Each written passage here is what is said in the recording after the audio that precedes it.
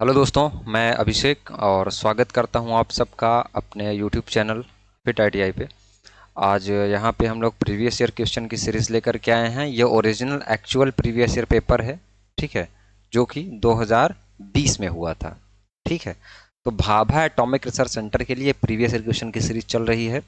इसको आप लोग पूरा अच्छे से देखिएगा और ये क्वेश्चन जैसे ही आप देखेंगे तो मैं आपको ये भी पॉसिबिलिटीज़ बताऊंगा कि इस बार जो है इससे रिलेटेड क्या क्वेश्चन आपसे पूछे जा सकते हैं। तो बहुत ही ध्यान से देखना है। जिसने भी अभी क्लिक किया है ये वीडियो, पूरे लास्ट तक ये वीडियो देखेगा, डेफिनेटली उसको एग्जाम में हेल्प मिलेगी। और फिर यार एक दो वीडियो देखने से आपको हेल्प मिल रही है, एक दो नंबर बढ़ रहे हैं, तो फिर क्या दिक्कत है ना। दिन भर आप यूट्यूब पे इधर उधर चीज़ें सर्च करते रहते हो, देखते रहते हो। तो पढ़ाई की चीज़ें जिससे आपकी ज़िंदगी बनने वाली, जिसकी आपकी लाइफ बनने वाली है, उसके पीछे आप क्यों कंप्रोमाइज़ कर रहे हो। तो बाकी और मैं कुछ नहीं बोलूँगा। ठीक है, मेरे पास बच्चे फ़ोन करके बोलते हैं कि सर मोटिवेट करिए मोटिवेट करिए। तो बस यही मोटिवेशन है यार, कि आप जो है आपकी सैलरी आएगी जब, तो जो आपके फेस पे स्माइल होगी वो आप सोच करके पढ़ाई शुरू करिए। ठीक है, तो लास्ट तक देखिएगा। जो भी समझाऊंगा चीज़ों को उसको एक कॉपी पे लेकर के लिखते रहिएगा, आपको काम देगा। और जो बच्चे फुल कोर्स ज्वाइन करना चाहते हो, बीच में कमेंट ना करें, बीच में आप लोग वीडियो को देखिएगा। उनको मैं बता दूं कि आप कोर्स ज्वाइन कर सकते हैं। नीचे स्क्रॉलिंग बटन चल रहा है, वहाँ से आप फुल कोर्स ले सकते हैं, जिसमें आपको लाइव क्लास मिल जाएगी, क्लास की नोट्स मिल जाएगी, लिखा हुआ मेरा नोट्स मिल जाएगा आपको, उसको आपको पढ़ लेना है। ठीक है, चलिए उसके बाद अगर आपको प्रीवियस ईयर क्वेश्चन बैंक चाहिए, तो यहाँ पे 2500 क्वेश्चन की प्रीवियस ईयर क्वेश्चन की क्वेश्चन बैंक सीरीज बनी हुई है। इसको आप लोग डाउनलोड कर लेना और पढ़ लेना। ठीक है, चलिए अब हम लोग पहले क्वेश्चन पे आते हैं। हिंदी और इंग्लिश दोनों में क्वेश्चन मैंने लिया है। यहाँ पे आप देख रहे हैं, which in following is not a metal joining process, है ना। यानी कि पूछ रहा है निम्नलिखित में से कौन सा धातु संयुक्त प्रक्रिया नहीं है। यानी कि ऐसी कौन सी प्रोसेस है, यहाँ पे 4 प्रोसेस दी हुई हैं जिससे कि आप मेटल को जोड़ नहीं सकते हैं, है ना, बिना जोड़ने वाली प्रक्रिया है। तो ये देखिए, वेल्डिंग से क्या आप धातुओं को जोड़ देते हैं, सही बात है। तो देखिए वेल्डिंग में इसने और भी डीप चले गए हैं ये लोग। तो यहाँ पे इन्होंने बताया है कि गैस वेल्डिंग, आर्क वेल्डिंग और टिग वेल्डिंग, ये सारी वेल्डिंग जो है वो धातु को जोड़ने की प्रोसेस है। लेकिन गैस कटिंग क्या है, ये धातुओं को अलग करने की प्रोसेस है ना। समझ में आ रही चीजें। यहाँ पे ये प्लेट है, कटिंग कर देंगे आप तो अलग हो जाएगी ना भाई। अब देखिए, metal joining process, metal joining process यानी कि धातु जोड़ प्रक्रम। मैं हिंदी नहीं लिख रहा हूं, ठीक है, बाकी क्लास में तो मैं हिंदी इंग्लिश दोनों में करवाता हूं। मेटल ज्वाइनिंग प्रोसेस जो होती है, धातु जोड़ प्रक्रम अलग अलग तरीके से हो सकती है। चाहे वो आप वेल्डिंग करके जोड़ दें, कुल मिला के आपको जोड़ना है दो मटेरियल को, ठीक है। चाहे वो आप भाई नट बोल्ट से कस दो, तब भी तो आप जोड़ ही दोगे। तो यहाँ पे ये ऑप्शन ना होकर के नट बोल्ट भी हो सकता था। चाहे आप रिवेट मार दो, उसमें रिवेट होता है ना, छोटे छोटे पतली पतली चादरों में रिवेट मार दिया जाता है। चाहे आप कॉटर ज्वाइंट ले लो, काटर ज्वाइंट, चाहे आप नकल ज्वाइंट ले लो। ठीक है, मैं बोल रहा हूँ चीज़ें यहाँ पे लिख रहा हूँ स्पीड में, क्योंकि ज़्यादा लंबी ना हो क्लास। बाकी आप लोग डिटेल में वीडियोस देख सकते हैं, बहुत सारी फ्री में मैंने क्लास करवाई है, आपको ये सारी चीज़ें मिल जाएंगी। ठीक है, तो ये सारी धातु की जोड़ने की प्रोसेस है। तो यहाँ पे जो आपने वेल्डिंग देखा, तो यहाँ से वेल्डिंग में आप देख रहे हैं कि गैस वेल्डिंग हो गया, आर्क वेल्डिंग हो गया, टिक वेल्डिंग हो गया, ये सब क्या है, ये धातुओं की जोड़ने की प्रोसेस है। अब जो ये मेटल ज्वाइनिंग प्रोसेस होती है डियर, इसको 3 भागों में क्या किया गया है, बांटा गया है। 3 भागों में बांटा गया है। कौन कौन सा?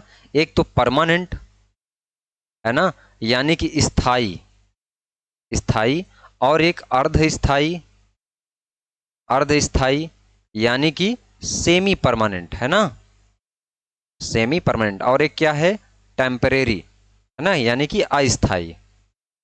तो स्थाई, अर्ध स्थाई, स्थाई में किसको रखते हैं, तो देखिए स्थाई ऐसा हो गया कि आप एक बार जोड़ दें तो उसको खोलने के लिए जो है, आप जब खोलें तो आपका वर्कपीस यानी कि कार्यखंड जो बेस मेटल है वो क्या हो जाए, टूट फूट जाए, खराब हो जाए। जैसे कि वेल्डिंग, आप बताओ कि वेल्डिंग आप कहीं पे कर देते हो तो वो स्थाई जोड़ माना जाता है ना। वैसे तो नहीं जब आपका मन हुआ तो यार खोल के अलग कर लो, बाद में जोड़ देंगे, ऐसा नहीं है ना, तो वो स्थाई हो गया। अर्ध स्थाई का मतलब क्या हुआ कि अगर आपको खोलना हो तो खोल सकते हैं आप, लेकिन प्रोसेस थोड़ी सी लंबी है। इसमें क्या है कि आपका दो में से एक चीज़ खराब हो जाएगा, या तो जोड़ने वाला मटेरियल खराब हो जाएगा या तो प्लेट खराब हो जाएगी। जैसे आप सोल्डरिंग को मान सकते हैं, सोल्डरिंग मानना क्या होती भी है, और एक सीमिंग होती है, सीमिंग होती है। सीमिंग पता है, सीमिंग दो छोटी छोटी चादर की अगर ऐसे पतली प्लेट हैं, उनको क्या करते हैं, इधर इसको मोड़ देते हैं और एक चादर की प्लेट को ऐसे मोड़ देते हैं तो आपस में फंस जाती है, उसको सीमिंग बोलते हैं। ठीक है, एक हीमिंग होता है, उसको एक बार और ऐसे लपेट दिया जाता है, एक बार और घुमा देना है, वो हीमिंग हो जाना है। ठीक है, उसके बाद अस्थाई में आपका क्या हो गया, नट बोल्ट हो गया। जब आपका मन हुआ आपने खोल लिया, जब आपका मन हुआ आपने फिर जोड़ दिया। नकल ज्वाइंट हो गया, कॉटर ज्वाइंट हो गया, प्रेस फिट हो गया। ये सब आप लिख लेना, नहीं याद है तो आप इसको। ठीक है, चलिए, ये मैंने हिंदी और इंग्लिश दोनों में क्वेश्चन को टाइप करवाया है। जिनको जल्दी होगी वो जो है आप लोग वीडियो को 2 स्पीड में करके देख लेना। ठीक है, which gas are generally use for gas cutting operation of metals, है ना। यहाँ पे पूछ रहा है कि आमतौर पर गैस द्वारा धातुओं को काटने के लिए कौन सी गैसों का उपयोग किया जाता है। देखिए, आमतौर पर सबसे ज़्यादा कौन सी चीज़ों का प्रयोग किया जाता है। देखिए, जब आप गैस कटिंग के प्रोसेस पे आओगे तो आपकी एसिटिलीन और ऑक्सीजन, यानी कि ऑक्सी एसिटिलीन से भी कटिंग हो सकती है, साथ में आपका ऑक्सी हाइड्रोजन से भी कटिंग हो सकता है। ठीक है, ऑक्सी हाइड्रोजन से भी कटिंग हो सकता है। ठीक है, हाइड्रोजन भी तो जलने वाली गैस है, ऑक्सी हाइड्रोजन वेल्डिंग होती है, तो ऐसे हाइड्रोजन कटिंग भी हो सकती है। उसके साथ में आपका प्रोपेन से भी कटिंग हो सकती है, प्रोपेन और साथ में ऑक्सीजन। तो देखिए, कटिंग करने के लिए तो ये तीनों है डियर, ये तीनों काम करेंगे कटिंग करने के लिए। ठीक है, एक बार देख लें, रिकॉर्डिंग हो रही है। ठीक है, ये तीनों हैं। तो यहाँ पे सबसे ज़्यादा यूज़ कौन सा किया जाता है, तो वो यूज़ किया जाता है ऑक्सी एसिटिलीन, है ना, क्योंकि इसका टेम्परेचर ज़्यादा होता है। हम लोग कटिंग में हमेशा क्या चाहते हैं कि टेम्परेचर ज़्यादा रहे, जल्दी से कट जाए, है ना। अब भाई वेल्डिंग करना होता तो देखते कि कम टेम्परेचर किसका है, कम मटेरियल मेल्टिंग पॉइंट किसका, कौन सा मटेरियल का, तो कम टेम्परेचर वाला हम वेल्डिंग लेंगे। इसके अलावा ये तो गैस कटिंग हो गया डियर, है ना, ये तो गैस कटिंग हो गया। इसके अलावा भी बहुत सारी कटिंग प्रोसेस होती हैं, जैसे कि आपकी पाउडर कटिंग हो गई, पाउडर कटिंग हो गई, आर्क कटिंग हो गई, है ना, लेज़र कटिंग हो गई, है ना। इस प्रकार की जो है वो आपकी कटिंग होती हैं। और आपका प्लाज्मा हो गया, ये आपकी जो है अन्य प्रकार की जो है कटिंग जो है धातुओं की कटिंग की प्रोसेस है। तो इसमें जो करेक्ट आंसर हो जाएगा आपका ऑक्सी एसिटिलीन, ऑक्सीजन और C2H2। ठीक है, सबसे ज़्यादा हम लोग यही यूज़ करते हैं। तो और जो पूछेगा आपसे, आप यहाँ से देख के बता देना। ठीक है, जो मैं आसपास चीज़ें बता रहा हूँ वो हो सकता है कि इस बार पूछ ले जाएं, आंसर पहले दिख जाता है तो आप लोग पहले से माइंड में आपको क्लियर हो जाएगा। फुल फॉर्म ऑफ एलपीजी तो लिक्विफाइड पेट्रोलियम गैस होता है। ठीक है, कुछ लोग लिक्विड पेट्रोलियम गैस बोलते हैं, तो नहीं, लिक्विफाइड पेट्रोलियम गैस। ठीक है, ठीक है, सीएनजी का फुल फॉर्म आप लोग बताइएगा नीचे कमेंट करके। चलिए, in TIG welding gas is used as shielding gas. देखिए, टिग वेल्डिंग में डियर कौन सी गैस जो है आप सील्डिंग के रूप में प्रयोग करते हो। तो टिग वेल्डिंग क्या है, टंगस्टन इनर्ट गैस वेल्डिंग, मैं यहां पर लिखता हूं टंगस्टन इनर्ट गैस वेल्डिंग आपसे पूछा जा सकता है, गैस वेल्डिंग, है ना। तो यानी कि इसमें गैस यूज की जा रही, तो कैसी, इनर्ट गैस, है ना, इनर्ट गैस आपको यूज करना है। अब देखिए, ये इसका पावर सोर्स आपसे पूछा जाता है तो कांस्टेंट करंट पे ये काम करती है, याद रखिएगा, कांस्टेंट करंट पावर सोर्स पे ये काम करती है। अब देखिए, इसका जो विकास किया गया टिग वेल्डिंग का, वो लगभग 1940 के आसपास किया गया। और डियर, जब इसका विकास किया गया ना, तो एल्यूमिनियम और मैग्नीशियम की वेल्डिंग के लिए ही इसका विकास किया गया। ठीक है, तो देखिए, पतले मटेरियल के लिए या एल्यूमिनियम मैग्नीशियम करने के तो हम लोग और भी मटेरियल करते हैं, जैसे स्टेनलेस स्टील वगैरह भी हम लोग इससे वेल्ड करते हैं, कोई दिक्कत नहीं आती है करने में। लेकिन एल्यूमिनियम और मैग्नीशियम की वेल्डिंग के लिए एसी से वेल्डिंग करने के लिए हम लोग इसको प्रेफर किए, है ना। तो एसी का यूज़ आपको इसमें मैक्सिमम करना है, बाकी एसी एंड डीसी दोनों इसमें आप जो है पावर सोर्स यूज़ कर सकते हैं, कोई दिक्कत नहीं है। ठीक है, अब यहाँ पे आपने देखा कि गैस यूज़ कर रहे हैं, तो गैस आप कौन सी यूज़ करोगे, हीलियम और आर्गन यूज़ करोगे। ठीक है, कभी कभी आप लोग हाइड्रोजन यूज़ कर लेते हो, पूछता है कि हाइड्रोजन क्यों यूज़ किया जाता है, तो स्पीड को बढ़ाने के लिए, है ना, कि स्पीड हमारी जो है वेल्डिंग की बढ़ जाए, तो स्पीड बढ़ाने के लिए हम लोग क्या करते हैं, हाइड्रोजन ऐड करते हैं। बाकी हम लोग हीलियम और आर्गन में भी, हीलियम आर्गन में भी आर्गन सबसे ज़्यादा यूज़ करते हैं।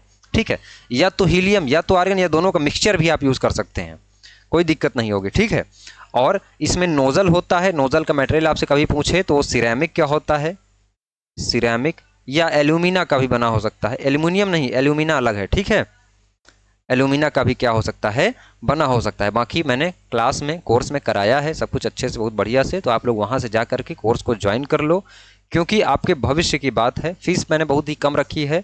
कोर्स के साथ में आपको टेस्ट सीरीज मिल जाएगी, आप वहाँ पे टेस्ट देना, अपने रैंक देखना क्या आपसे बन रहा है क्या नहीं बन रहा है। उसके साथ में आपको हिंदी में लिखी हुई नोट्स मिल जाएगी, और नोट्स इंग्लिश में भी अब मैंने करवा दिया है, ठीक है, तो कोई दिक्कत नहीं होने वाली है। ये हो गया, ठीक है, इतना चीज़ जो है सफिशियंट है। अभी यहाँ पे पूछा क्या गया था, है ना, शेल्डिंग गैस, तो यहाँ पे आर्गन आपका मिल गया है ना, ये आपका आंसर हो गया। ये 3 आंसर है आपका। चलिए, ये ई बुक पूरी है, ये ई बुक पूरी मैंने टाइप करवा दी है ऐसे ही, ठीक है। अभी जैसे यहाँ पे मल्टीपल चॉइस लिखा हुआ है, तो जो भी एग्जाम की वो रहेगी पेपर, उसके नीचे ये लिखा रहेगा, जैसे बार्क हो गया, है ना, अगर बार्क हो गया, बार्क या रेलवे हो गया, तो रेलवे का कौन से सन का है ये इसमें यहाँ पे लिखा रहेगा। बाकी ये पूरी ई बुक इसी फॉर्मेट में मैंने जो है वो टाइप कराना शुरू कर दिया है, ठीक है, हो जाएगा वो बहुत जल्दी। चलिए, अब अच्छा, अभी बचा हुआ है TIG welding. In TIG welding electrode is made of, वही चीज़ पूछ लिया आपसे कि इलेक्ट्रोड, अच्छा इलेक्ट्रोड पूछा गया है। इलेक्ट्रोड आपका जो है वो टंगस्टन का बना होगा डियर, ठीक है। नॉन कंज्यूमेबल इलेक्ट्रोड, गैर उपभोज्य इलेक्ट्रोड आपसे पूछे तो इसी में पूछेगा आपसे, हो सकता है पूछे गैर उपभोज्य इलेक्ट्रोड। गैर उपभोज्य इलेक्ट्रोड जो है इसमें यूज करते हैं, यानी कि नॉन कंज्यूमेबल, है ना। नॉन कंज्यूमेबल मतलब ये है कि इलेक्ट्रोड नहीं खत्म होता है, ठीक है, फिलर रॉड इसमें खत्म होता है।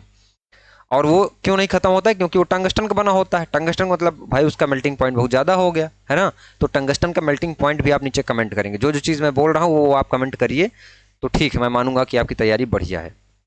बाकी सिरेमिक का मैंने आपको बता ही दिया कि इसका नोजल होता है। चलिए आगे बढ़ते हैं हम लोग। How many types of polarity used in DC arc welding, है ना। डीसी में जो है वो पोलरिटी कितने प्रकार की होती है, तो सर डीसी में जो है 2 प्रकार की पोलरिटी होती है, ध्यान दीजिएगा। एसी में कोई पोलरिटी नहीं होती है, एसी में कोई ऑप्शन नहीं होता है।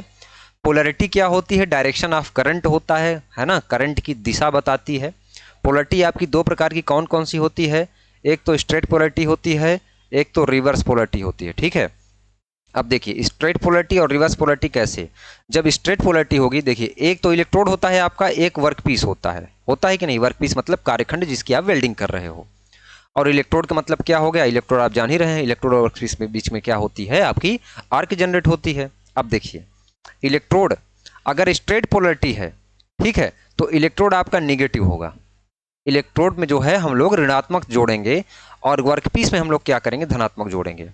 अब देखिए जिसके पास धन आ गया है ना, उसके पास गर्मी, उसके पास हीट बढ़ जाएगी, बोलते हैं ना जेब की गर्मी बढ़ गई है आपकी, तो इसका मतलब इसके पास जो है वो हीट यानी ऊष्मा 66% हो जाएगी डियर। या इसी को आप 2/3 कह देना।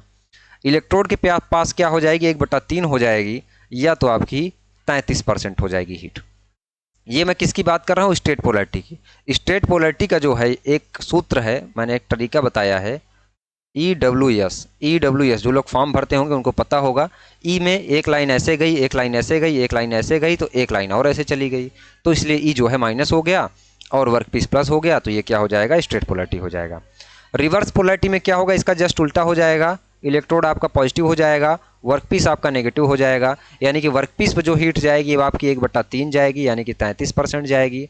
इलेक्ट्रोड पे जो हीट जाएगी डियर वो 66% जाएगी, यानी कि 2/3 जाएगी। अब देखिए जब आप स्ट्रेट पोलरिटी यूज करेंगे तो आप मोटे मटेरियल की वेल्डिंग करेंगे, क्यों, क्योंकि आप देख रहे हैं कि वर्कपीस पे ज़्यादा हीट जा रही है, तो बहुत ज़्यादा मोटा पदार्थ है, अगर उसकी वेल्डिंग कर रहे हो आप तो स्ट्रेट पोलरिटी, क्योंकि भाई बोलोगे कि गल नहीं रहा है हमारा मटेरियल, है ना, मेल्ट नहीं कर रहा है, पेनिट्रेशन कम हो रहा है, तो पेनिट्रेशन बढ़ाने के लिए हम लोग क्या करते हैं, स्ट्रेट पोलरिटी का यूज करते हैं। तो यानी कि फेरस मेटल हो गया, है ना, या हैवी हो गया कोई मेटल, तो वहाँ पे हम लोग जो यूज़ करेंगे वो स्ट्रेट पोलरिटी यूज़ करेंगे। रिवर्स पोलरिटी कहाँ करेंगे, पतली सीटों में यूज़ करेंगे, है ना, चादरों में सीट मेटल में यूज़ करेंगे, नॉन फेरस पे यूज़ करेंगे, है ना, या फिर हम लोग यूज़ कर सकते हैं कहाँ पे, ब्रास, ब्रॉन्ज और एल्यूमिनियम में, ठीक है। आप रिवर्स पोलरिटी यूज़ कर लेना। ये इतनी सारी चीज़ें आपसे पोलरिटी में बस इतनी ही पूछे, मैं एक एक टॉपिक पूरा क्लियर कर दे रहा हूँ, बहुत वीडियो लंबा होगा, हालांकि लंबा लगना नहीं चाहिए वीडियो, क्योंकि जानकारी मिल रही है आपको, आपको यही खुश होना चाहिए। चलिए फिर क्या है, which flame is suitable for cutting operation. देखिए यहाँ पे बहुत कंफ्यूजन होता है, बहुत सारे बच्चे कमेंट करते हैं, कई जगह अलग अलग टीचर पढ़ा रहे हैं, वो कुछ और पढ़ा रहे हैं, कहीं से पढ़ा दे रहे हैं। मैं रेफरेंस मान रहा हूँ आर के जैन की प्रोडक्शन की बुक को, आर के जैन प्रोडक्शन की बुक को, जो कि बीटेक वाले पढ़ते हैं। ठीक है, मैंने भी बहुत अच्छे से आर के जैन पढ़ी है, वहाँ पे जो लिखा हुआ है और वो माना भी जाता है। ठीक है, आपकी नीमी में भी यही माना हुआ है।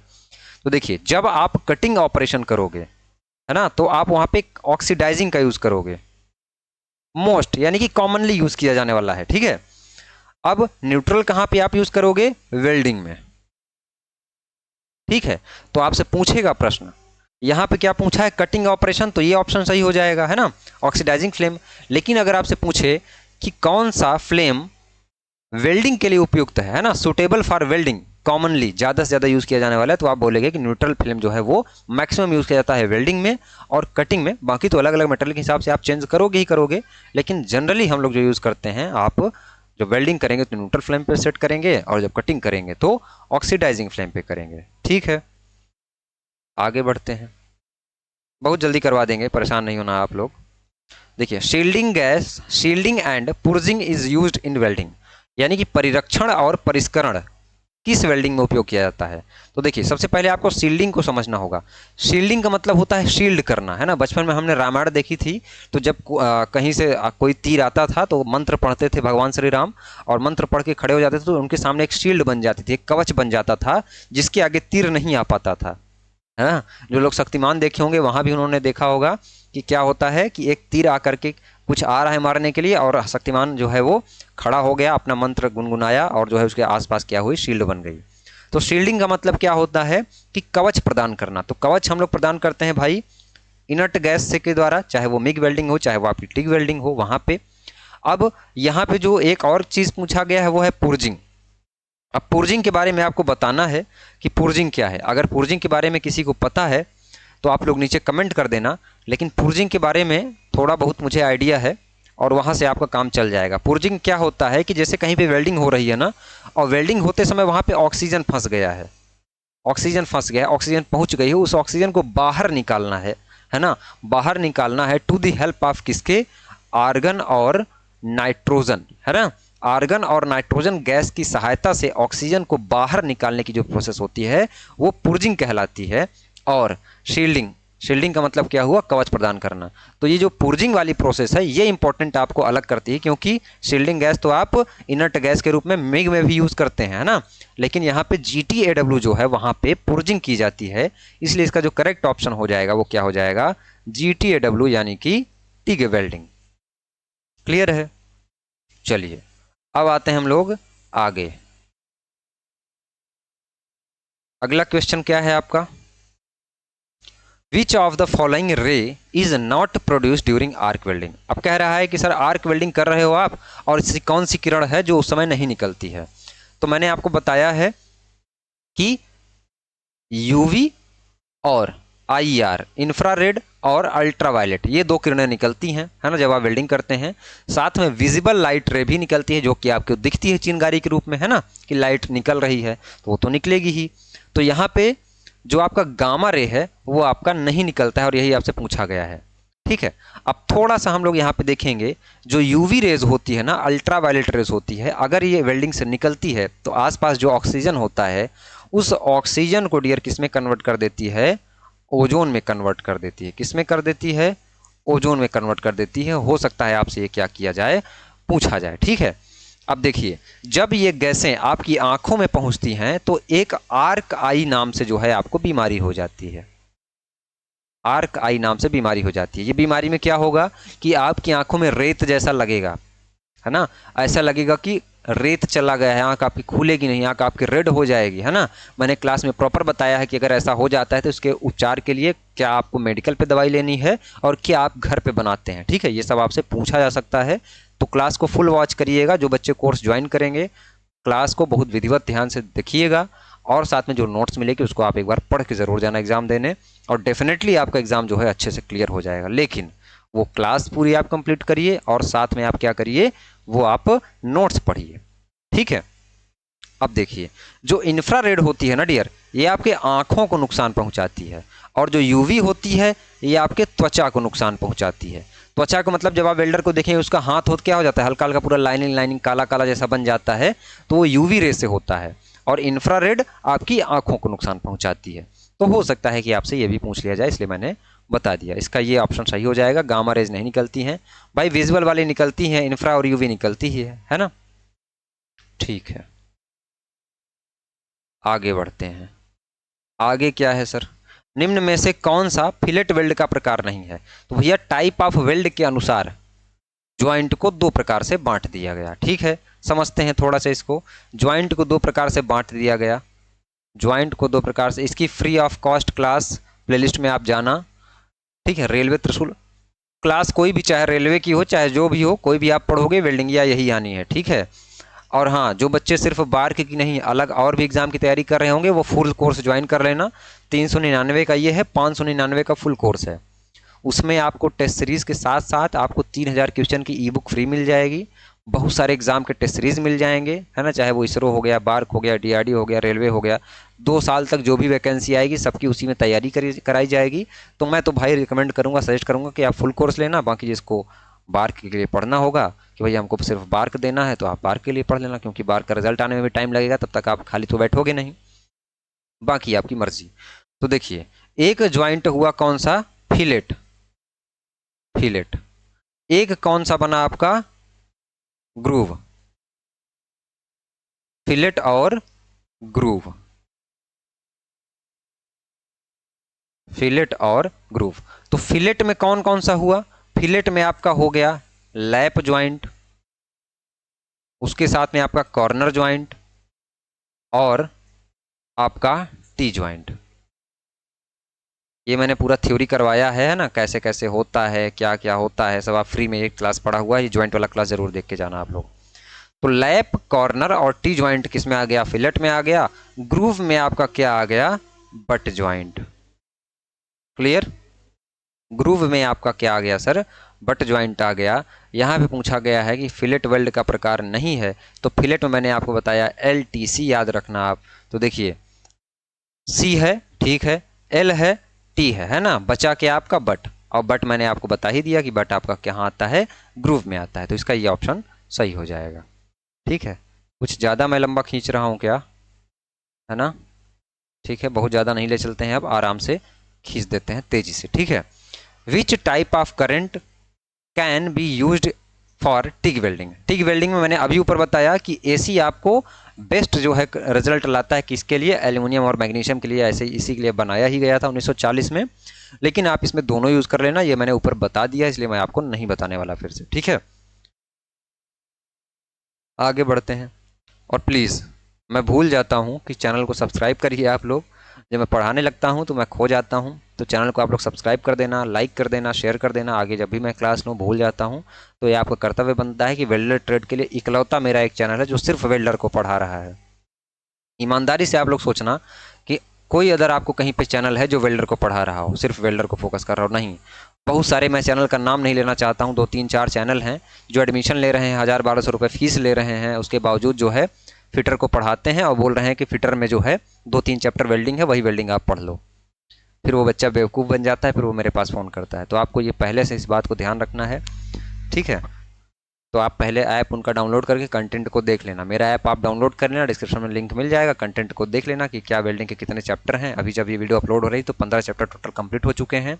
15 चैप्टर में लगभग 37 से 38 क्लासेज हो चुकी हैं। ठीक है, चलिए आप यहाँ पे देखते हैं, बहुत ज़्यादा हो गया promotion. Approximately dash dash of the heat is generator at the positive end of the arc when using DC as a power source. कह रहा है, मैंने ऊपर बता दिया था ना कि पॉजिटिव पे कितना होता है, माइनस पे कितना होता है जब आप पोलैरिटी यूज़ करते हैं। तो पॉजिटिव पे मैंने 66% बताया था, या 2/3, अरे बताया था कि नहीं। और 33% माइनस पे और 1/3, है ना। 33% हो गया, ये 1/3 एक ही बात है ये, है ना। आप लोग ऐसा ना बोलो कि ये बता, इसीलिए मैं क्लास में कोशिश करता हूँ कि जितनी भी संभावना है मैं सब आपको बता दूँ, है ना, कन्वर्ट कर करके, कि आप लोग बोलो कि सर उसमें तो दशमलव में आ गया, आपने बताया ही नहीं। तो बस आप यहाँ पे ढूंढ लो, 2/3 आपको मिल गया। ठीक है, चलिए आगे बढ़ते हैं। विच current is normally use for welding aluminium metals. अब देखिए, जब आप एल्यूमिनियम की वेल्डिंग करते हैं तो कौन सी जो है आप कॉमनली, है ना, नॉर्मली आप कौन सी जो है वो यूज करेंगे। तो देखिए, नॉर्मली जब आप यूज करेंगे तो एसी ही यूज करेंगे, ठीक है, एसी ही आपको यूज करना है, और यहाँ पे एसी ऑप्शन दिया भी है, ठीक है। चलिए, उसके बाद to produce superior arc striking qualities in TIG welding which metal is added in electrode, है ना, कि आर्क जो स्ट्राइक हो रहा है उसकी क्वालिटी बढ़िया हो जाए, मस्त हो जाए, तगड़ी हो जाए, इसके लिए आर्क की स्ट्राइक की गुणवत्ता को बढ़ाने के इलेक्ट्रोड में क्या मिलाते हैं आप, तो सर आप थोरियम मिला देना, ठीक है। तो आप क्या मिला देना, टंगस्टन में थोरियम मिला देना, ठीक है। तो आपकी आर्क स्ट्राइकिंग की गुणवत्ता बढ़िया हो जाएगी, ठीक है। बाकी क्रोमियम मिलाओगे आप तो आपकी जंग लगने की क्षमता जो है वो कम हो जाएगी, है ना, यानी कि जंग नहीं लगेगा, कोरोजन नहीं होगा। चलिए, बाकी मोलिब्लेडनम मिलाओगे तो आपकी क्रीप रेजिस्टेंस बढ़ जाएगी। सब मैंने करवाया है डियर, है ना, क्लास में सब करवाया हूँ, जितना ज़रूरत है वो उतना मैं ऑब्जेक्टिव में आपको बता दे रहा हूँ। While joining two stainless steel pipe places using TIG welding shielding gas passes.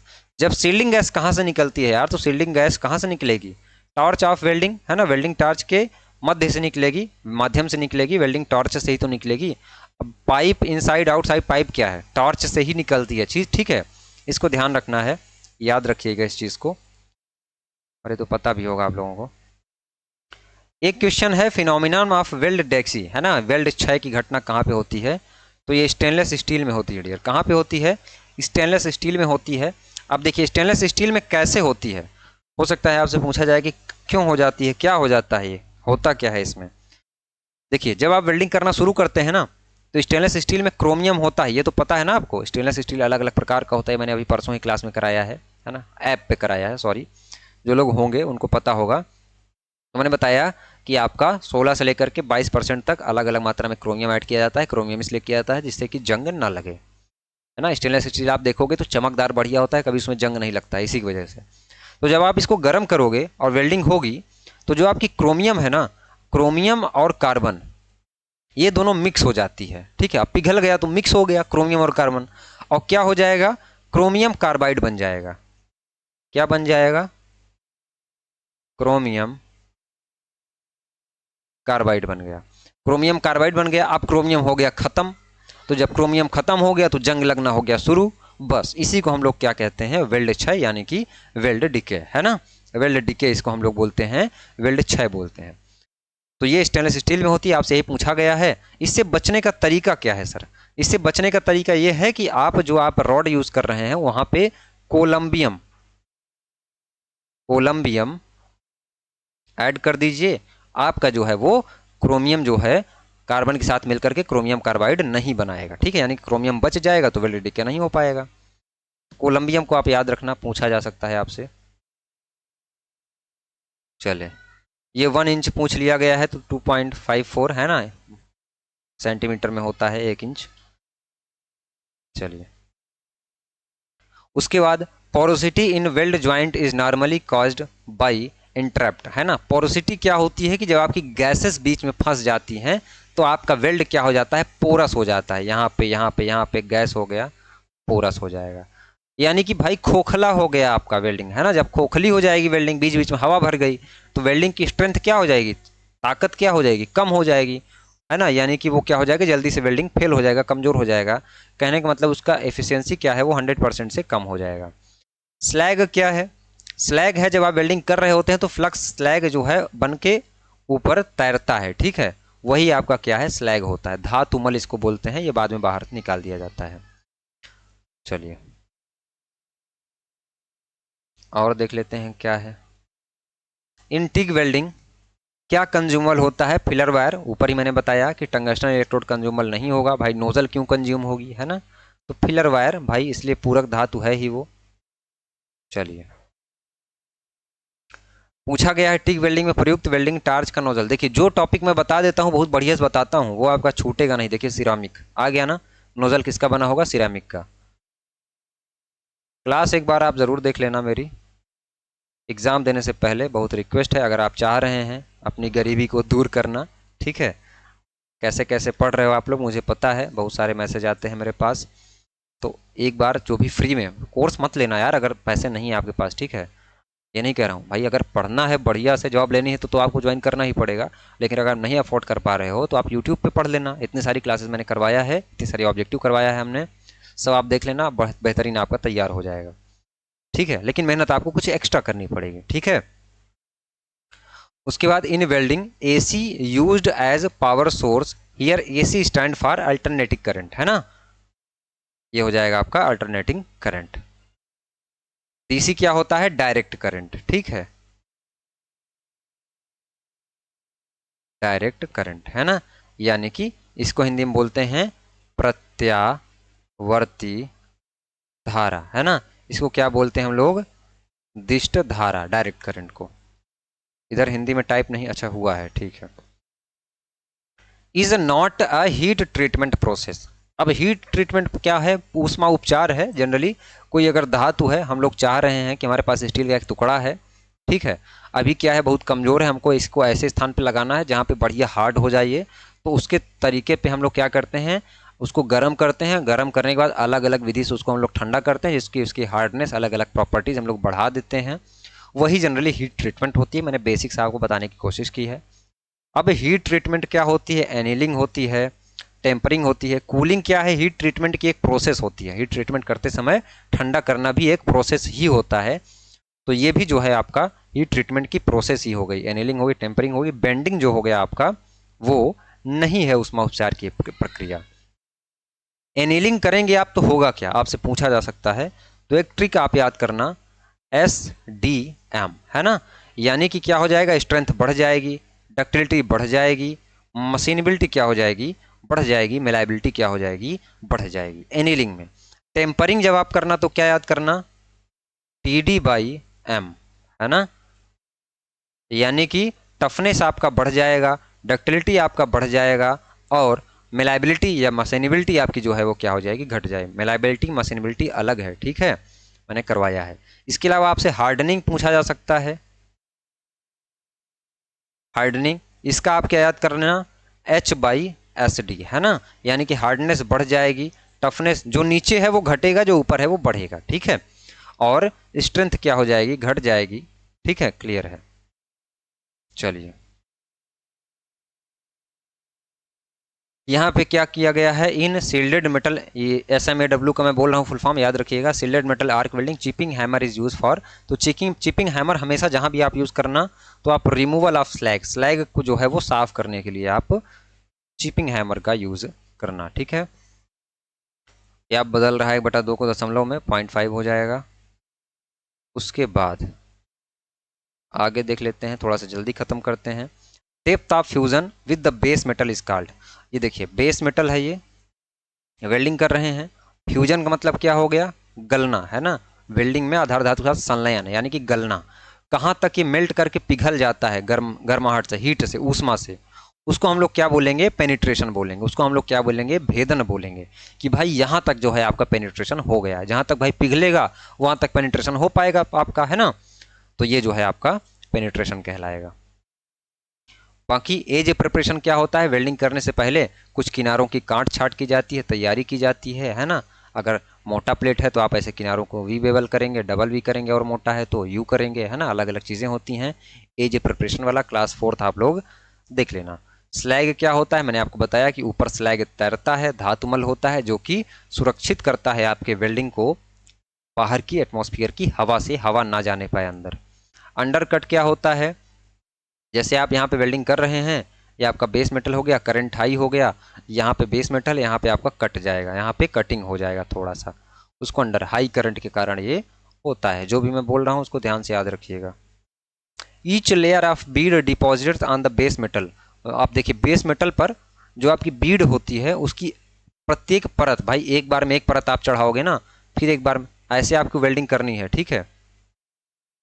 एक बार में तो ऐसा तो बहुत ज़्यादा आप मोटा सा जो है फिलर रॉड ला के एक बार में तो पिघला के गिरा नहीं दोगे वहाँ पे। आपको भाई क्या करना है, पहले यहाँ पे थोड़ा सा भरना है, फिर क्या करना है, ऐसे ऐसे भरना है, फिर ऐसे ऐसे भरना है, ऐसे तो करोगे आप, फिर आप जो है वो ऐसे ऐसे करोगे, तो उसको हम लोग क्या बोलते हैं, वेल्ड पास बोलते हैं। वेल्ड पास क्या होता है, जब आप रूट में भरते हैं यानी नीचे की तरफ, इसको रूट बोलते हैं, इसको फेस बोलते हैं। फ्री में कराया है, देख लेना जाके एक बार, ठीक है। रूट बोलते हैं, फेस बोलते हैं। तो इसको क्या बोलते हैं हम लोग? रूट रन बोलते हैं। सबसे पहले यही रन किया जाता है, यही पास सबसे पहले होता है, रूट पास या रूट रन। फिर क्या होता है? Filling run. और लास्ट में क्या होता है? सीलिंग यानी कि कैपिंग रन, ठीक है, या उसी को पास भी बोल सकते हैं। Select correct option, size of welding electrode is defined as. यहाँ पर चित्र दिए हुए हैं। चित्र क्या है? ये है आपका एक चित्र, ठीक है। यहाँ पे आपका क्या लपेटा हुआ है? फ्लक्स है। ये आपका क्या है? फ्लक्स है।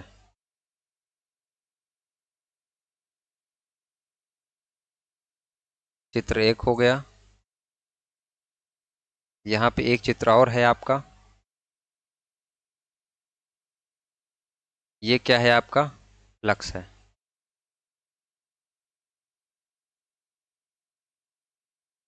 तो आपसे जो पूछा गया है, देखिए, एक जो है ये यहाँ पे एक ये डाया दिया गया है, और एक ये पूरा बड़ा वाला फ्लक्स को सहित, फ्लक्स को ले करके ये डाया। पूछ रहा है कि इलेक्ट्रोड का जो है वो आकार आप किससे निर्दिष्ट करेंगे? तो जो इलेक्ट्रोड का कोर वायर होता है ना, वो आपकी साइज को बताएगा। ऐसा नहीं कि इलेक्ट्रोड ये है, इसके ऊपर आपने इतना मोटा सा परत चढ़ा दिया तो वो पूरा बोलेंगे कि भाई इलेक्ट्रोड का व्यास इतना है। नहीं, परत को नहीं ऐड करेंगे, ठीक है। तो ये स्मॉल डी को हम लोग मानेंगे, ठीक है। कोर वायर से हम लोग मानते हैं इलेक्ट्रोड का व्यास। उसके बाद welder qualification test is done to test welder की स्किल्स, यानी कि योग्यता का परीक्षण करने के लिए किया जाता है। आगे बढ़ते हैं। Select most appropriate carbon range of low carbon steel. अब देखिए, कार्बन स्टील को 4 भाग से मैंने बांटा था क्लास में। एक क्या था? Dead mild steel, dead carbon steel, है ना, डेड कार्बन स्टील। यहाँ पे कार्बन क्या था? 0.15% तक, है ना, यानी कि 0.1 से 0.15 तक। उसके बाद low carbon steel, low carbon steel यह कहाँ तक था? 0.15 से 0.30 तक। उसके बाद मीडियम कार्बन स्टील, इसी को हम लोग माइल्ड स्टील भी बोलते हैं, ना, मृदु इस्पात यही है। ये कहाँ से था आपका? ये आपका था 45 से लेकर के 0.45 से 90 तक, ठीक है, 0.90 तक। उसके बाद हाई कार्बन स्टील, ये कहाँ तक था आपका? 0.90 से लेकर के 1.5 तक, 1.5% तक। तो बस आप इसमें ढूंढ लेना क्या पूछा गया है। Low carbon steel, low carbon steel आपका ये हो गया 0.15 से 30 तक। 0.3 से 0.5 तक जा रहा है, 0.05 ये बहुत कम है। ये 0.5 से 0.3 तक, ये आपका करेक्ट हो जाएगा, ठीक है। चलिए, ये क्या पूछ लिया गया आपसे? पूछ लिया गया the welding electrode specification E7018। ई क्या है आपका? ई बताता है कि आपका इलेक्ट्रोड पे जो कोटिंग किया गया है वो किस मेथड से किया गया है ना। यहाँ पे ई होता है एक्सट्रूजन, है ना, एक्सट्रूजन मेथड होता है, और डिपिंग, दो मेथड होता है ना। तो डिपिंग में क्या होता है? जनरली डुबा करके निकाल लिया जाता है फ्लक्स में, तो इलेक्ट्रोड पे परत चढ़ जाती है। एक्सट्रूजन में क्या करते हैं हम लोग? प्रेशर से चढ़ाते हैं, जो कि बढ़िया माना जाता है एक्सट्रूजन में। डिपिंग में तो भाई डिप करके आप निकाल लिए तो कहीं मोटी परत चढ़ी, कहीं पतली। उसके बाद जो ये 70 है, ये PSI में आपकी स्ट्रेंथ बताती है, ठीक है, टेंसाइल स्ट्रेंथ, यानी कि तनन सामर्थ्य। उसके बाद 1 क्या है आपका? पोजीशन बताएगा, है ना, और 8 क्या बताएगा आपका? कवरिंग या करंट बताएगा, ठीक है। तो यहाँ पे 70 के बारे में पूछा गया है, तो 70 क्या है? टेंसाइल स्ट्रेंथ है। और ध्यान दीजिएगा 70 में 1000 से आपको गुणा भी करना है ना। तो 70,000 PSI जो है आपका टेंसाइल स्ट्रेंथ हो जाएगी इस इलेक्ट्रोड की, ठीक है। इलेक्ट्रोड के चैप्टर मैंने बहुत बढ़िया से कराया है, आप जाके देख लेना उसको, ऐप पे करवाया हूँ। चलिए, coating over welding electrode shielded metal arc welding type welding is done to. Coating क्यों की जाती है किसी भी वेल्डिंग में? तो क्यों हम लोग करते हैं? Protect weld material from oxidation, oxidation से बचाने के लिए, क्योंकि ऑक्सीडेशन होगा तो जंग लगना शुरू हो जाएगा और आपकी वेल्डिंग जो है वो खराब हो जाएगी। इसलिए हम लोग क्या करते हैं? कोटिंग करते हैं वेल्डिंग इलेक्ट्रोड पर, ठीक है। सॉरी। उसके बाद in gas welding colour of hose for acetylene gas, तो एसिटिलीन के लिए रेड या मैरून, है ना, रेड या मैरून होगा एसिटिलीन के लिए, और ब्लैक किसके लिए होगा आपका, ऑक्सीजन के लिए, ठीक है। चलिए आगे देखते हैं। ब्रेजिंग का उपयोग करके दो धातुओं को जोड़ते समय बेस मेटल्स क्या होता है, बेस मेटल कभी नहीं पिघलता है। एक बात ध्यान रखना, क्लासिफिकेशन में मैंने आपको बताया था कि वेल्डिंग कौन सी होती है, ऑटोजीनियस, होमोजीनियस और हेट्रोजीनियस। ऑटोजीनियस को हम लोग प्रेशर बोल देते हैं, है ना। होमोजीनियस को हम लोग क्या बोलते हैं, फ्यूजन बोलते हैं। और हेट्रोजीनियस अब इधर इसको क्या बोलते हैं, सॉलिड बोल देते हैं। ये सब अलग अलग नाम है, आपसे कुछ भी पूछा जा सकता है। इसको हम लोग लिक्विड बोल देते हैं, इसको हम लोग सॉलिड प्लस लिक्विड। तो आप ये ध्यान देना कि फ्यूजन लिखा है ना, तो सिर्फ फ्यूजन वेल्डिंग वाली ही जितनी वेल्डिंग होंगी ना वही बस मेल्ट करेगी, वही पिघलेगी, है ना। इसमें बहुत सारे नाम हैं, जैसे कि आपका आर्क वेल्डिंग हो गया, केमिकल वेल्डिंग हो गया, केमिकल वेल्डिंग में आपका गैस वेल्डिंग और थर्मिट वेल्डिंग हो गया, रसायन भाई उसमें रसायन तो यूज़ कर रहे हैं, साथ में रेजिस्टेंस वेल्डिंग हो गया। ये सब क्या हो जाएंगी, फ्यूजन, होमोजेनियस या लिक्विड वेल्डिंग हो जाएंगी। हेट्रोजीनियस या सॉलिड प्लस लिक्विड क्या हो जाएगी, सोल्डरिंग और ब्रेजिंग। बाकी इधर सॉलिड हो गया आपका, फोर्स हो गया, फ्रिक्शन हो गया, फोर्ज हो गया, फ्रिक्शन हो गया, एक्सप्लोजिव, अल्ट्रासोनिक, ये सारी वेल्डिंग आपकी ऑटोजीनियस प्रेशर यानी कि सॉलिड में आ जाएगी।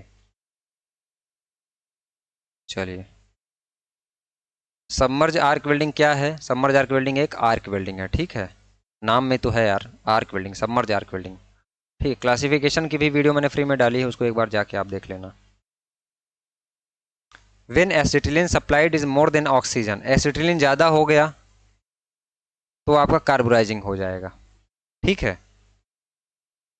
एसिटिलीन कम हो गया यानी कि ऑक्सीजन ज़्यादा हो गया तो आपका ऑक्सीडाइजिंग हो जाएगा, बराबर है तो आपका न्यूट्रल हो जाएगा। तो यहाँ पे जो करेक्ट आंसर हो जाएगा वो 2 हो जाएगा, ये वाला, ठीक है। चलिए फिर एक क्वेश्चन है आपके सामने, which is not the type of welding joint, कौन सा वेल्डिंग ज्वाइंट का प्रकार नहीं है। देखिए पट हो गया, लैप हो गया, फिलेट हो गया, अभी मैंने ऊपर बताया कि सब वेल्डिंग ज्वाइंट के प्रकार हैं, लेकिन सोल्डरिंग क्या है, सोल्डरिंग भी एक प्रकार की वेल्डिंग ही तो है सर। वेल्डिंग की ही क्लासिफिकेशन, सोल्डरिंग हो गया, ब्रेजिंग हो गया, सबमर्ज आर्क वेल्डिंग हो गया, रेजिस्टेंस वेल्डिंग, क्या है, सब वेल्डिंग है। करेक्ट आंसर ये हो जाएगा, ठीक है। आगे चलते हैं, बहुत मेहनत लगता है पढ़ाने में। आप लोग प्लीज़ शेयर कर देना वीडियो को, लाइक ज़रूर कर देना, ठीक है। मैं आपके लिए करवा रहा हूँ, नहीं तो ये पेड बच्चों के लिए था, मैं ऐप पे करवा ही रहा था, प्रैक्टिस भी करवाऊँगा, ऐसी दिक्कत नहीं है। चलिए पूछा जा रहा है कि निरीक्षण में ध्वंसनात्मक परीक्षण कौन सा है। ध्वंसनात्मक का मतलब हो गया डिस्ट्रक्टिव टेस्ट। अब देखिए जब टेस्ट किया जाता है ना किसी मटेरियल पे, जब आप वेल्डिंग करते हैं तो टेस्ट होता है, ठीक है। तो देखिए टेस्ट जब होता है तो टेस्टिंग कहाँ पे होगी, हमेशा वेल्डिंग के बाद, थोड़ा सा ऊपर कर देते हैं। टेस्ट कब करते हैं आप, वेल्डिंग के बाद, है ना, वेल्डिंग के बाद। ये चैप्टर भी मैंने यूट्यूब पे एक क्लास इसकी अपलोड है, जाके आप एक बार देख लेना। टेस्टिंग कितने प्रकार की हो जाएगी, 3 प्रकार की। एक हो जाएगी डिस्ट्रक्टिव यानी कि भंजनात्मक, यानी कि टूट फूट वाली, इसमें जो है आपका मटेरियल टूट जाता है। उसके बाद क्या आता है आपका सेमी डिस्ट्रक्टिव और नॉन डिस्ट्रक्टिव, यानी कि गैर भंजनात्मक, ठीक है। समझ में नहीं आएगा क्या मैं लिख रहा हूं, बट क्योंकि ये इससे लिखा जा रहा है ना पेन से। देखिए जो नॉन डिस्ट्रक्टिव होगी ना, नॉन डिस्ट्रक्टिव में हम लोग 2 प्रकार से बांटते हैं, बट वहां पे नहीं जाना है आपको। एक तो विजुअल होती है, लीक होती है, मैग्नेटिक पार्टिकल टेस्ट हो गया आपका, लिक्विड पेनिट्रेशन टेस्ट हो गया आपका, हाइड्रोलिक टेस्ट हो गया, रेडियोग्राफी टेस्ट हो गया, अल्ट्रासोनिक टेस्ट हो गया, यानी कि जो सरफेस वाले टेस्ट हो गए, जो ऊपर ऊपर टेस्ट करेंगे वो नॉन डिस्ट्रक्टिव, बिना तोड़े फोड़े मटेरियल आप फिर से यूज़ कर लोगे। मैं नाम फिर से बोल रहा हूँ, लिक्विड पेनिट्रेशन टेस्ट हो गया, गामा रे टेस्ट हो गया, है ना, अल्ट्रासोनिक टेस्ट हो गया, रेडियोग्राफी वही अल्ट्रा और गामा रेडियोग्राफी में आ जाते हैं। उसके साथ में आपका हाइड्रोलिक हो गया और आपका मैग्नेटिक पार्टिकल हो गया, लिक्विड पेनिट्रेशन टेस्ट हो गया, है ना, विजुअल हो गया, लीक हो गया, सारे क्या किस में आ जाएंगे, नॉन डिस्ट्रक्टिव में आ जाएंगे। डिस्ट्रक्टिव में आपका क्या होगा, तोड़ फोड़ वाला काम होगा, तो आपका इसमें बेंडिंग टेस्ट हो जाएगा, है ना, निक ब्रेक टेस्ट हो जाएगा, फिलेट फ्रैक्चर हो जाएगा, टेंसाइल टेस्ट हो जाएगा, है ना, क्या हो जाएगा, टेंसाइल हो जाएगा, साथ में बेंड हो जाएगा, फटीग हो जाएगा, है ना, और हार्डनेस, ये सारे टेस्ट जो है इसमें आ जाएंगे। तो अब आप क्वेश्चन देख लेना इसमें। ध्वंसनात्मक टूट फूट वाला, विजुअल हो गया, डाई पेनिट्रेशन, मैग्नेटिक पार्टिकल, ये सब क्या हो गया, इस पे सब सरफेस वाले हो गए, है ना, सतह पे सिर्फ चेक करते हैं ये। और बेंड टेस्ट क्या हो जाएगा, बेंड करेंगे तो आप मटेरियल टूट जाएगा, तो ये ध्वंसनात्मक परीक्षण हो गया, यानी कि डिस्ट्रप्टिव हो गया। Dye penetration test is use identify weld, हाँ डाई पेनिट्रेशन फिर से आ गया, मैंने आपको बताया कि ये सरफेस तक होता है, ठीक है। चलिए अब यहाँ पे पूछा गया एक मानक वेल्डिंग में संयुक्त रूप से रूट ओपनिंग होनी चाहिए 1.5 से 2, इसमें क्या समझाएं, डाटा है, इसको याद रखिए, आगे देख लीजिए। हाँ, बेवल एंगल आपसे यहाँ पे पूछा गया है, बेवल एंगल कितना होता है, correct bevel angle during welding तो होता है वो 30 से 40, ठीक है।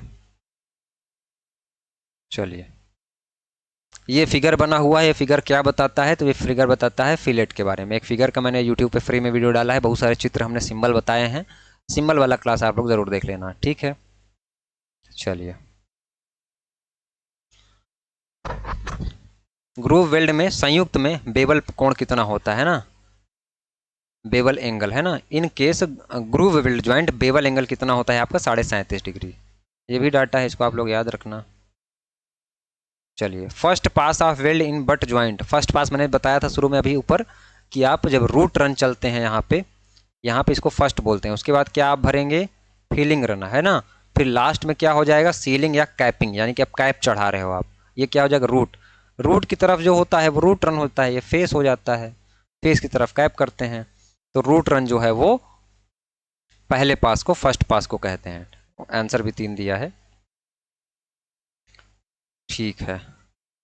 उसके बाद which bead character is seen due to high welding current, है ना, हाई वेल्डिंग करंट के कारण क्या होता है आपका, हाई वेल्डिंग करंट होगा तो स्पैटर होगा ना, ये स्पैटर होगा, स्पैटर क्या होता है, छीटा, बहुत दानेदार मटेरियल जो अगल बगल चिपक जाते हैं, वो स्पैटर होता है जो कि करंट अधिक हो जाने से हो जाता है, ठीक है।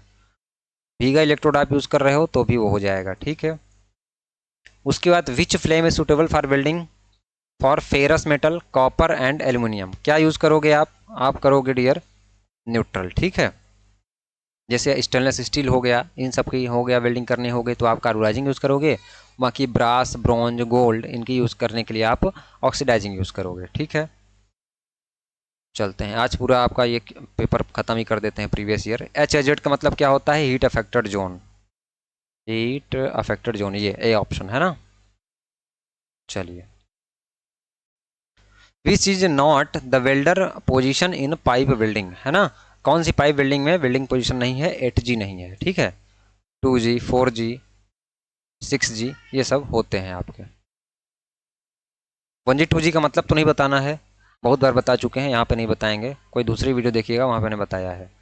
ये H का फार्मूला, हीट उत्पन्न होती है जब आप वेल्डिंग करते हैं, ठीक है, रेजिस्टेंस वेल्डिंग में, तो H बराबर होता है I²RT, ठीक है, तो I²RT ये क्लियर कर लेना आप। चलिए स्पॉट वेल्डिंग में लैप संयुक्त के लिए वेल्ड जोन का व्यास, व्यास क्या होता है, यहाँ पे डायमीटर पूछा गया है, स्पॉट वेल्डिंग लैप ज्वाइंट, तो ये होता है 2T + 2.5, ये दिया हुआ है डी ऑप्शन, ठीक है। ये फॉर्मूला है, इसको याद रखिएगा आप, ये पूछा जा सकता है। किस वेल्डिंग प्रक्रिया में इलेक्ट्रोड का क्षय, यानी कि कंज्यूमेबल इलेक्ट्रोड, तो किस में होता है, मिग में, मिग में कंज्यूमेबल होता है, ठीक है। ये आपका जो है वो सील्डेड मेटल आर्क वेल्डिंग दिया हुआ है आंसर, ठीक है। चलिए हो गया, ख़त्म हो गया, तो आप लोग जा करके एक बार, अगर जिसको फुल कोर्स ज्वाइन करना होगा वो तो फुल कोर्स ज्वाइन कर ही लेगा, मैं यही रिकमेंड करूँगा कि आप लोग फुल कोर्स देख लेना, ठीक है। ये रेलवे के लिए भी है आपका, साथ में आपका बार्क भी इसी से हो जाएगा, इसरो के लिए भी है यही, इसमें आपको बहुत सारी टेस्ट सीरीज़ मिल जाएंगी, आपको बेसिक साइंस की क्लास, इंजीनियरिंग ड्राइंग की क्लास, क्लास नोट्स की PDF, ऑब्जेक्टिव प्रैक्टिस वीडियो जैसे अभी मैं करवा रहा हूँ ये सब मिल जाएगा, ई बुक मिल जाएगी 3000 क्वेश्चन की, ये वाली फ्री मिल जाएगी, जिसको सिर्फ ई बुक चाहिए उसको भी ऐप डाउनलोड करेगा तो वो भी मिल जाएगी।